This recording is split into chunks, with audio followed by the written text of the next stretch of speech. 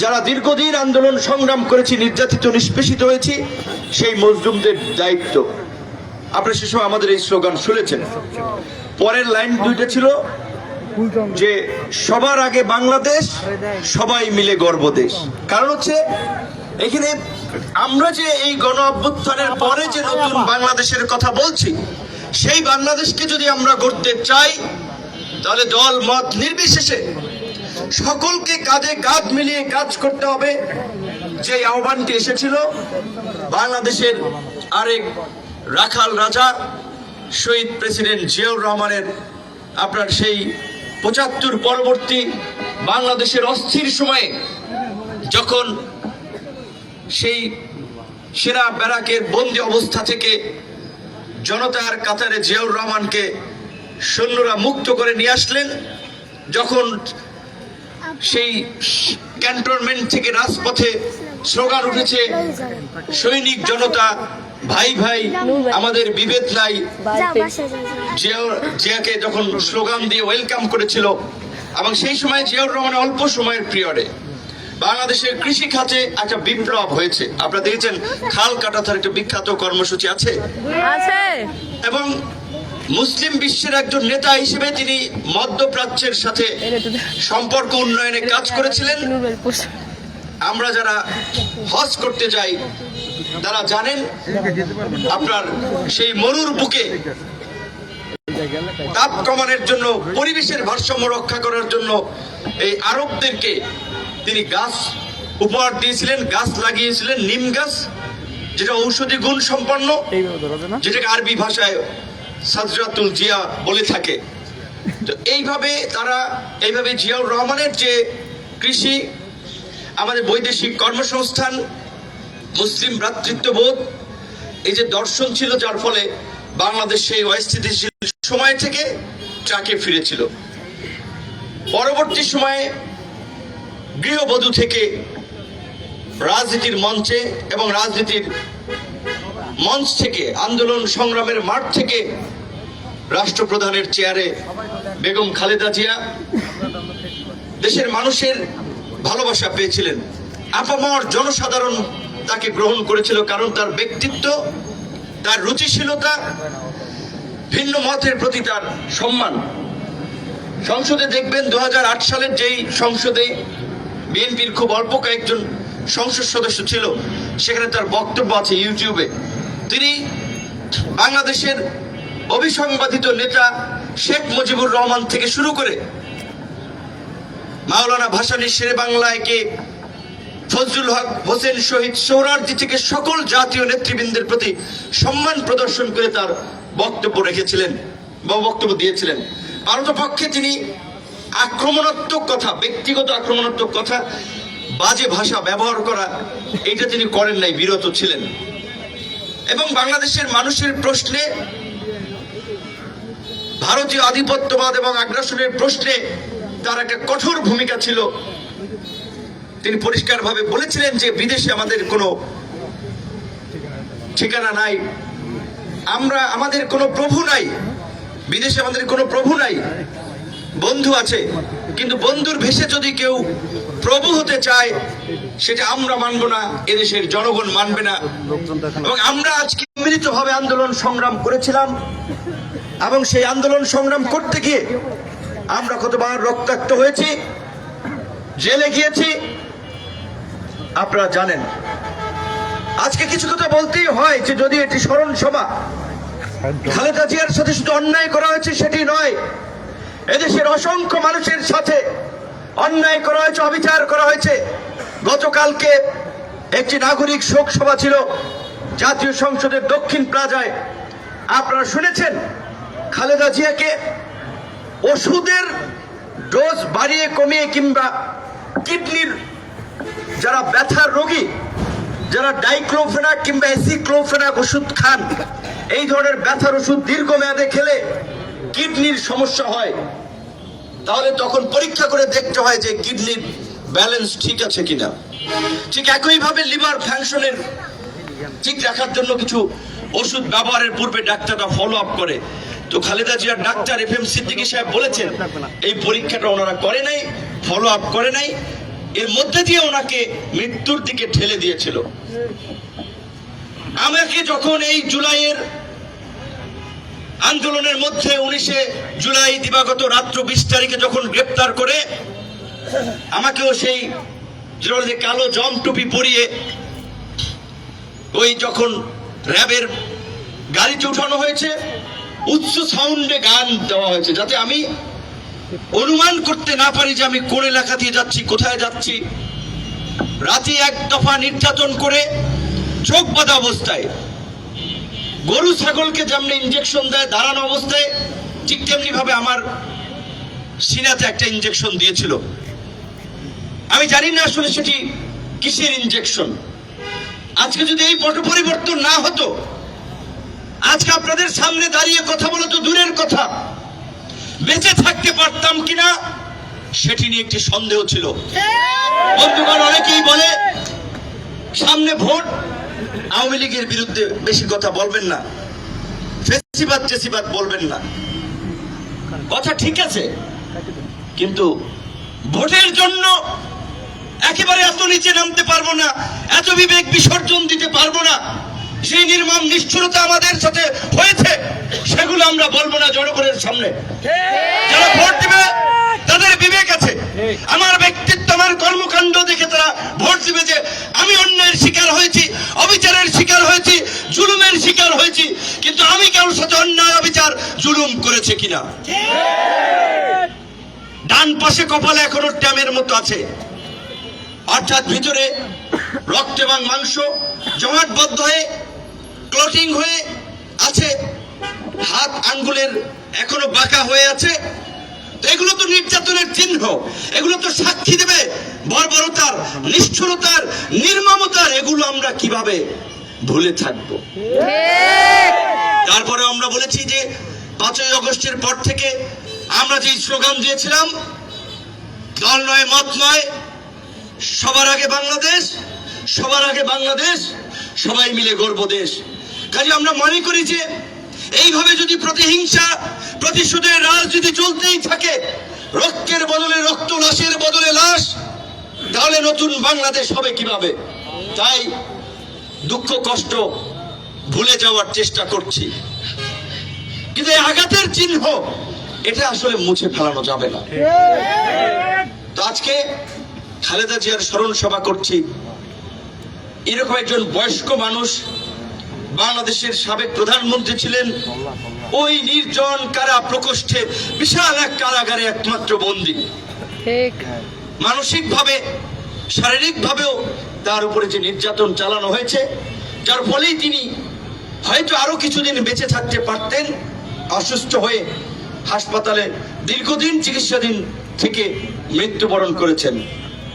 কিন্তু ওই যে আল্লাহ পাক যেটা কোরআনে বলেছেন, অতৈজ্য মান্তাসা অতজিল্লু মান্তাসা, অর্থাৎ আল্লাহ যাকে চান তাকে সম্মানিত করেন, যাকে চান তাকে লাঞ্ছিত করেন।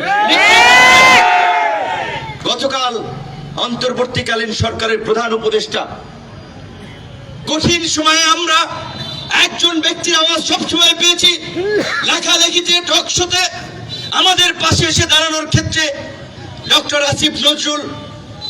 অনেকে যদিও বলেন যে সে কি বিপিনুরের লোক বা বিপিনুর আসিফ নজরুলের লোক, কিছু কিছু মানুষ এই সমস্ত কথা বলে, কিন্তু আমরা একটা কথা বলতে পারি, আজকে অনেক বিশ্ববিদ্যালয়ের উপাচার্য, শিক্ষক সমিতির নেতা, বিভিন্ন ধরনের সংগঠন নামে আমরা দোকান দেখতে পাই, কিন্তু যেহেতু মিডিয়া আছে, আশপাশে অনেক মানুষ শুনছেন, এই জন্য এই কথাগুলো বলা। ওই কঠিন সময়ে কয়েকজন শিক্ষক কথা বলেছে, আক্রান্ত মানুষের পাশে দাঁড়িয়েছে। তারপরে দেখেছেন এই 5ই আগস্টের পরে আসিফ নজরুলের চরিত্র হনন করা হয়েছে, ভারতীয় দালাল বানানো হয়েছে। মির্জা ফখরুলকে ভারতীয় দালাল বানায়, সালাউদ্দিন সাহেবকে ভারতীয় দালাল বানায়, রুমিন ফারানাকে ভারতীয় দালাল বানায়, আমির খসরু মাহমুদ চৌধুরীকে ভারতীয় দালাল বানায়, আমাদেরকে বানায় ইসরায়েলের চর বানায়। ঠিক এরা কারা?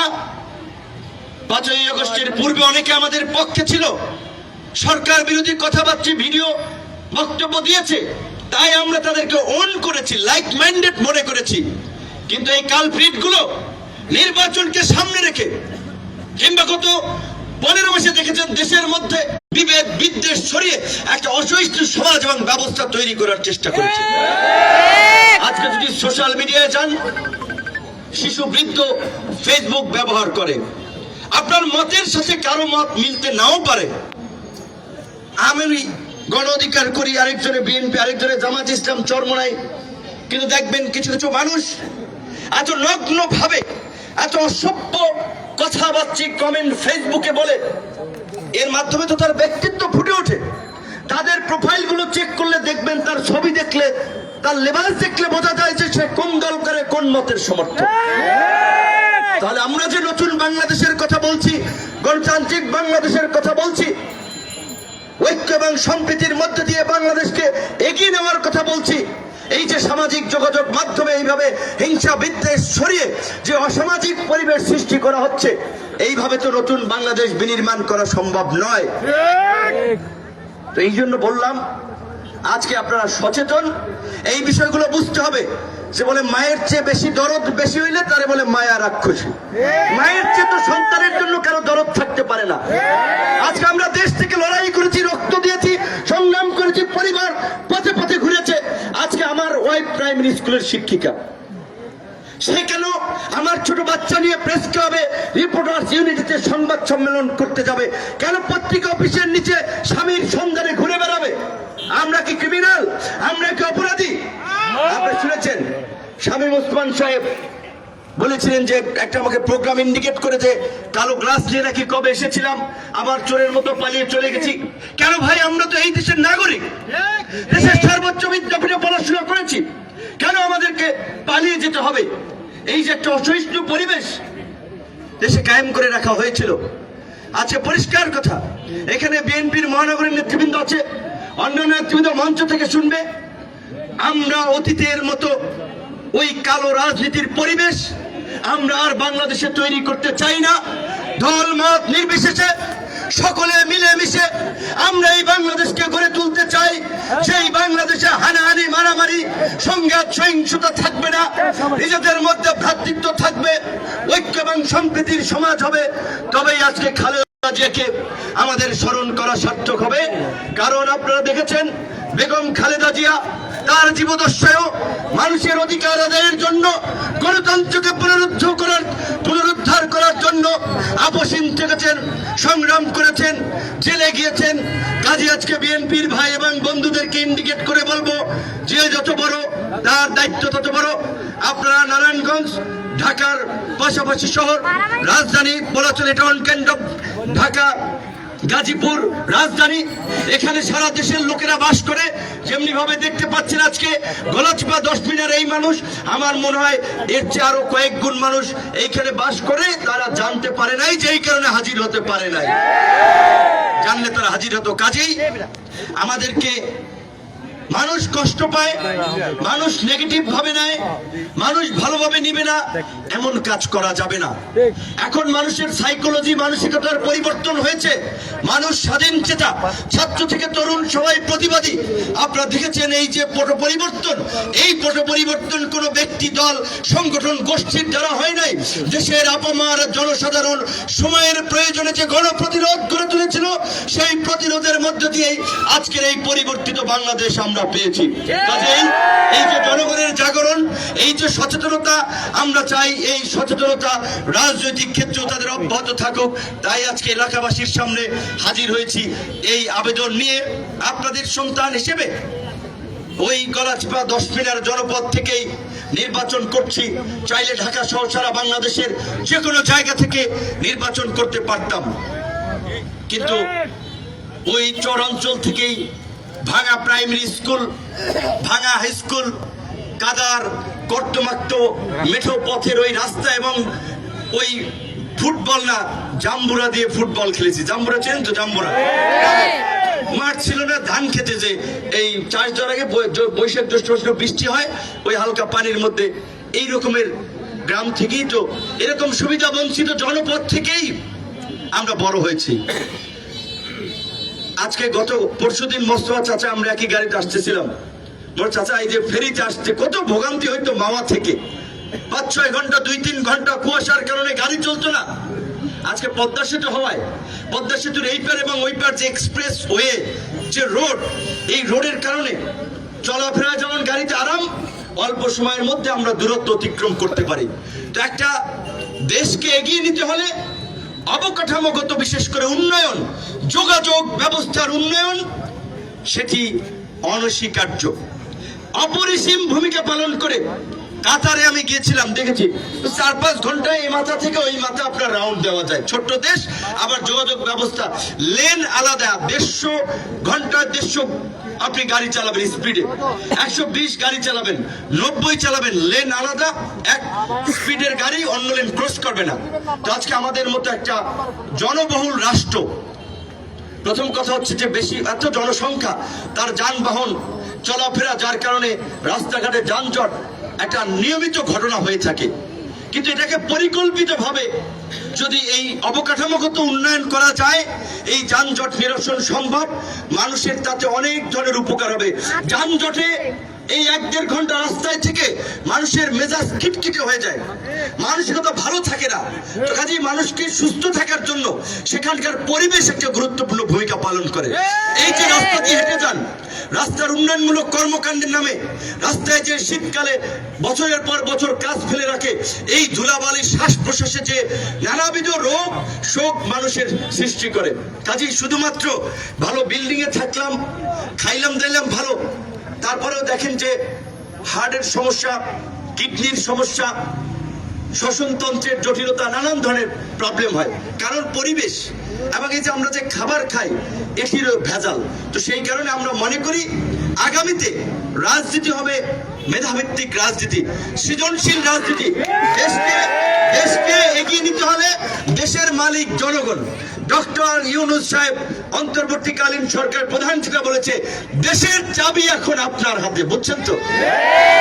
চাবি এতদিন নেতাদের হাতে ছিল, রাজনৈতিক দলগুলোর হাতে ছিল। এই 5ই আগস্টের পরে জনগণ চাবি ফিরে পেয়েছে। সেই চাবি দিয়েই জনগণ তার নেতা নির্বাচন করবে। আগামী 12ই ফেব্রুয়ারি যে নির্বাচন হবে, বাংলাদেশের ইতিহাসে একটি ঐতিহাসিক নির্বাচন। জাতীয় নির্বাচনের পাশাপাশি, অর্থাৎ আপনাদের জনপ্রতিনিধি নির্বাচনের পাশাপাশি গণভোট অনুষ্ঠিত হচ্ছে। গণভোট হচ্ছে রাষ্ট্রের সংস্কারে জনগণের ম্যান্ডেট দেওয়া হচ্ছে সরাসরি রাষ্ট্রপতি, প্রধানমন্ত্রীর বিভাগ, একটা স্বাধীন গণমাধ্যম থেকে নাগরিকরা যেন এইখানে দাসের মতো ব্যবহৃত না হয়, নাগরিকদের যেন একটা মর্যাদা থাকে। যেই নাগরিকের ভ্যাট এবং ট্যাক্সের পয়সায় এই রাষ্ট্র চলে, রাষ্ট্রের কর্মচারীরা চলে, জনপ্রতিনিধিরা চলে, সেই নাগরিকরা যেন তাদের কাছে সম্মান পায়, সেই জন্য নাগরিক মর্যাদা নিশ্চিত করা হচ্ছে এই জুলাই সনদের মাধ্যমে। সেই সনদেও আপনাদের সম্মতির জন্য হ্যাঁ না ভোটের বিধান করা হয়েছে। কাজে আপনারা দুটো ভোট দিতে পারছেন।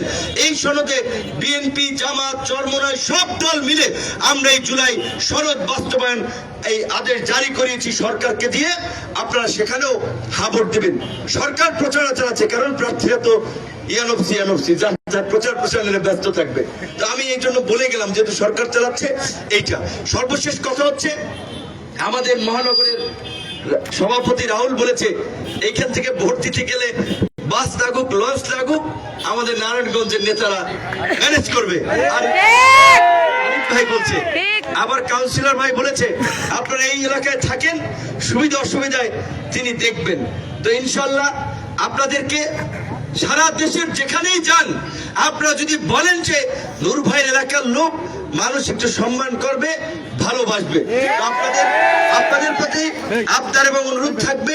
এইখানে প্রোগ্রাম করেছে এই কারণে যে আপনাদের কানেক্টেড আত্মীয় স্বজন ঢাকায় যারা থাকে, ঢাকা থেকে যাওয়ার সময় দেখা যায় বোনের একটা বাচ্চা আছে, তার জন্য একটা শীতের পোশাক নিয়ে যায়, একটা আত্মীয় স্বজন আছে তার জন্য একটা গিফট নিয়ে যায় ঈদের সময়। তো এই যে একটা সামাজিক কানেক্টিভিটি, কাজে আপনারা ইনফ্লুয়েন্স করতে পারবেন, মানুষকে বোঝাতে পারবেন যে কেন নূর ভাইকে ভোট দেবে। সেই কথা আমি বলতে চাই না, আমার পূর্বের বক্তারাই বলে দিয়েছেন।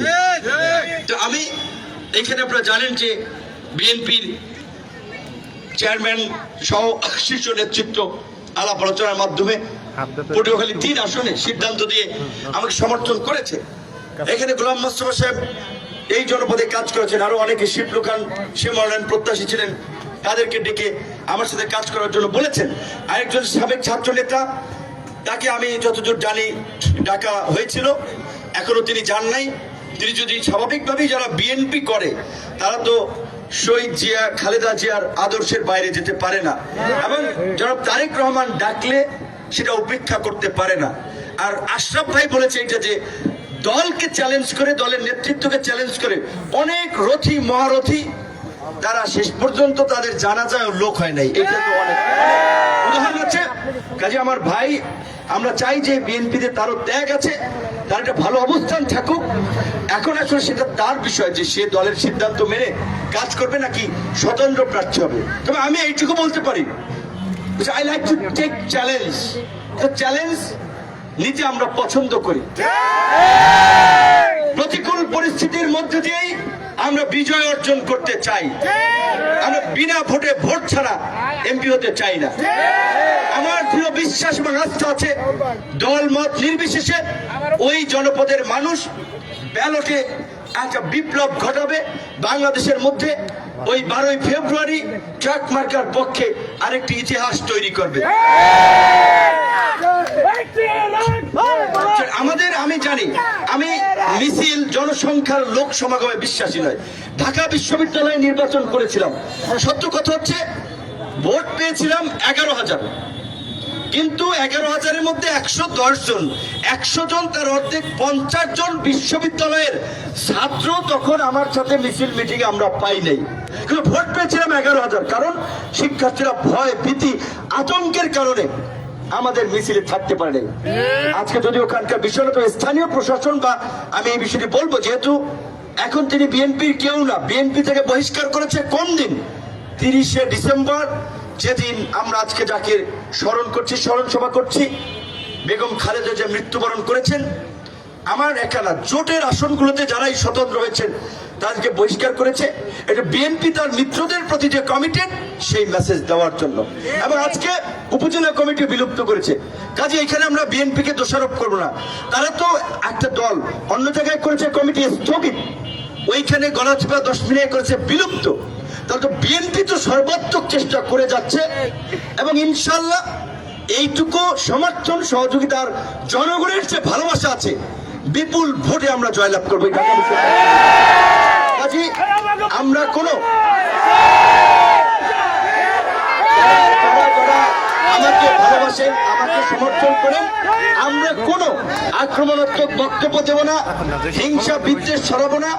আমরা ভালোবাসার কথা বলবো, আমরা সম্প্রীতির কথা বলবো, আমরা ঐক্যের কথা বলবো, এবং ইনশাল্লাহ স্বাভাবিকভাবেই ওই জনপদের প্রতিনিধি হিসেবে আপনাদের প্রতি তো আমার একটা দায় এবং দরদের বিশেষ জায়গা থাকবে।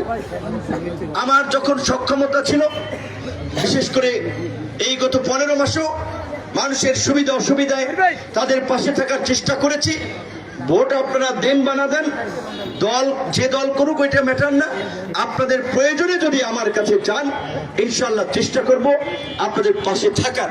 তো আপনাদের প্রতি আহ্বান এবং অনুরোধ রাখবো, আপনাদের আত্মীয় স্বজন যারা এলাকায় আছে তাদেরকে একটু আমাদের সাথে থাকার জন্য বলবেন, কারণ নাহলে এটা আমাদের জন্য একটা অসম্মানের হয়। আজকে এই যে নারায়ণগঞ্জের এই যে আজকে সম্মানিত নেতৃবৃন্দ, বিএনপির ভাইয়েরা, সাধারণ মানুষ, এখানকে সবাই গলাচিপা 10 মিনিট না, সাধারণ মানুষও কিন্তু অনেকে জড়ো হয়েছে কথা বলার জন্য, শোনার জন্য। তো তাদের ভিন এলাকায় যদি একটা ভালোবাসা থাকে, নিজ এলাকায় যদি আপনারা সেটা শোনা করতে পারেন, তখন তো মানুষও সেটা সমালোচনা করবে। যে একটা কথা বলে আর কি জ্ঞানীরা, যে যেই দেশে গুণীর কদর হয় না, সেখানে গুণীর জন্মগ্রহণ করে না। আজকে আমার এই বাম পাশে বসে আছেন গোলাম মোস্তফা সাহেব, চর বিশ্বাসে একটা কলেজ হয়েছে, কেয়ালি কলেজ, তার বাবার নামে, কেরামত আলী সাহেবের নামে। এই কলেজটার বদৌলতে ওই চরের অনেক ছেলে মেয়ে ইন্টারমিডিয়েট পর্যন্ত বাড়ির ভাত খাইয়া পড়ার সুযোগ পাচ্ছে, না হলে পারতো না। আচ্ছা, দাখিল মাদ্রাসা করেছেন, এবং ওই গলাচিপা 10 মিনায় এমন গরিব মানুষ নেই তাদের লুঙ্গি শাড়ি না পাইছে। তো এলাকার মানুষ তার সম্পদ ছিল, আল্লাহ পাক দিয়েছে, মানুষের জন্য করেছেন। তো আল্লাহ আমাদেরকে একটা জায়গা তৈরি করে দিয়েছেন, আপনাদের কল্যাণে কাজ করতে চাই। কিন্তু আপনারা যদি বিভ্রান্ত হন, আপনারা যদি সঠিক সিদ্ধান্ত নির্বাচনে না নিতে পারেন, তাহলে তখন আমারও কিছু করার থাকবে না। তো কাজেই আশা করি আপনাদের সঠিক সিদ্ধান্ত নেওয়ার মতো একটা উপলব্ধি হয়েছে, হবে। আপনারা আপনাদের প্রিয়জনকে বলবেন ওই জনপদের স্বার্থে ওই এলাকার উন্নয়নের স্বার্থে, মানুষের অধিকারের স্বার্থে, নাগরিক মর্যাদা প্রতিষ্ঠার স্বার্থে আপনারা ট্রাক মার্কার সাথে থাকবেন, এই আহ্বান রেখে আজকে যার স্মরণ সভাকে কেন্দ্র করে আমরা এখানে উপস্থিত হয়েছি, আমাদের প্রিয় মানুষ যিনি আমাদেরকে শিখিয়ে গেছেন, যার একটা আপসীন, একটা ধীরচেতা মানসিকতা দেশের প্রশ্নে, দেশের মানুষের প্রশ্নে আমাদের মাঝে রেখে গেছেন, সেই নেত্রীর প্রতি সম্মান, শ্রদ্ধা, ভালোবাসা জানিয়ে আমার বক্তব্য শেষ করছি এবং মাওলানা সাহেবের দোয়া মধ্যে দিয়ে, মোনাজাতের মধ্যে দিয়েই আমাদের আজকের এই প্রোগ্রাম শেষ হবে। আবারও যারা এই প্রোগ্রাম আয়োজন করেছেন তাদেরকে অনেক ধন্যবাদ, যারা এতক্ষণ আমাদের কথা শুনেছেন তাদের প্রতিও কৃতজ্ঞতা। আসসালামু আলাইকুম।